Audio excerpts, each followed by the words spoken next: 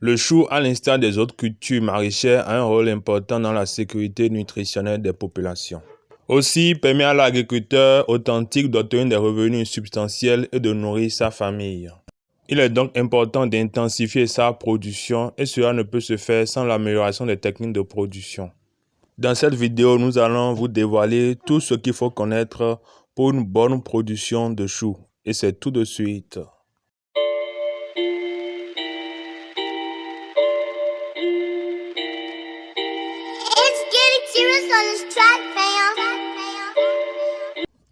Tout comme plusieurs cultures maraîchères, la production du chou passe par le stade de la pépinière suivi du stade de plein champ. Avant tout propos, il faut s'assurer de la qualité des semences à acquérir auprès d'un distributeur agréé. Ensuite, pour une parcelle de 1250 m², il faut prévoir une boîte de 50 g de semences à installer sur des superficies de 15 m².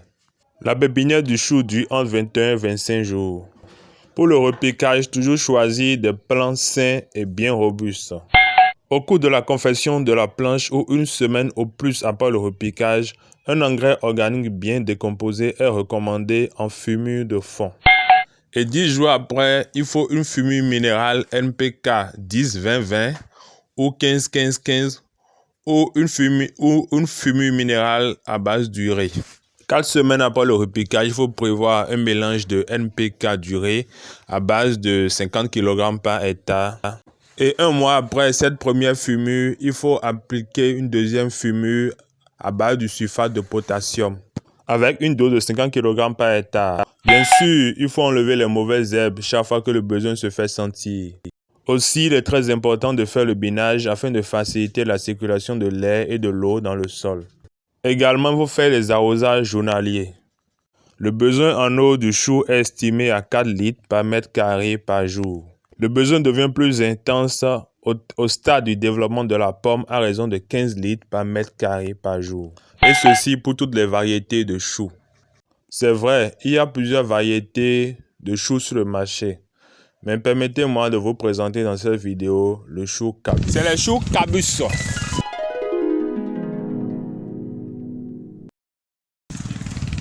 Des choux authentiques. Chou Cabus.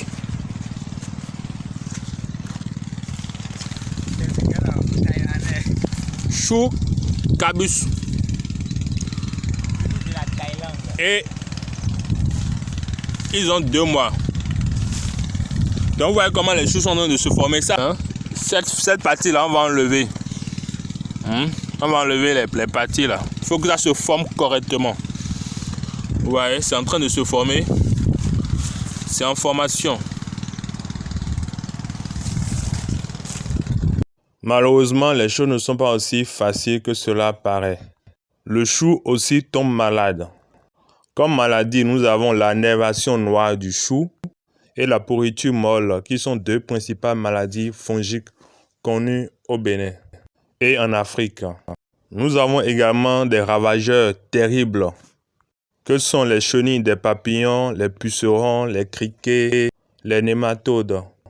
Et maintenant, pour le traitement que j'ai fait dès le début jusqu'à ce moment-là, j'ai utilisé, vous allez utiliser, si vous voulez faire vos traitements pour vos choux, vous pouvez utiliser du lambda,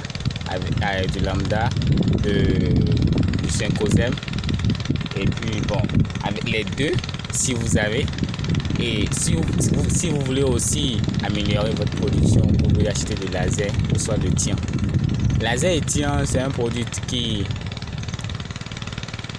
travaille correctement. Là, c'est pour les cultures de coton. Okay. Nous, on utilise ça dans le maraîchage parce que ça travaille correctement. Quand tu utilises avec les choux, tu as un bon résultat. Oui, ça tue quoi? Les insectes, ça tue quoi? Les lasers là, avec thym, ça tue que ce soit larves ou soit, et comment on l'appelle maintenant, les insectes aussi ça tue, même les chenilles. Voilà, quoi. Donc quand vous traitez votre chou avec des lasers, vous aurez un bon résultat. Ça tue les insectes, que ce soit insectes larves, les œufs, tout ça là, ça détruit tout rapidement.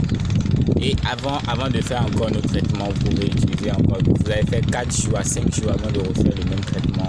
Mais il va falloir que vous mettez un peu de Syncosia pour pouvoir plus améliorer votre production. Le traitement, c'est bon. On peut dire chaque semaine, mais ça ne va pas aller jusqu'à la fin de la semaine. Dans 4 jours. Chaque 4 jours. Oui, voilà. Chaque 4 jours, ou soit ça, et chaque 5 jours, vous pouvez commencer le traitement pour votre chou jusqu'à la fin. Chers agriculteurs authentiques, j'espère qu'on a abordé tous les différents thèmes, toutes les différentes notions de façon très brève sur la culture du chou. Si vous avez n'importe quelle question ou préoccupation, n'hésitez pas à le mettre en commentaire. Pour toute formation, accompagnement, coaching, n'hésitez pas à m'écrire directement sur le WhatsApp qui s'affiche sur l'écran de votre portable. On se dit à la prochaine.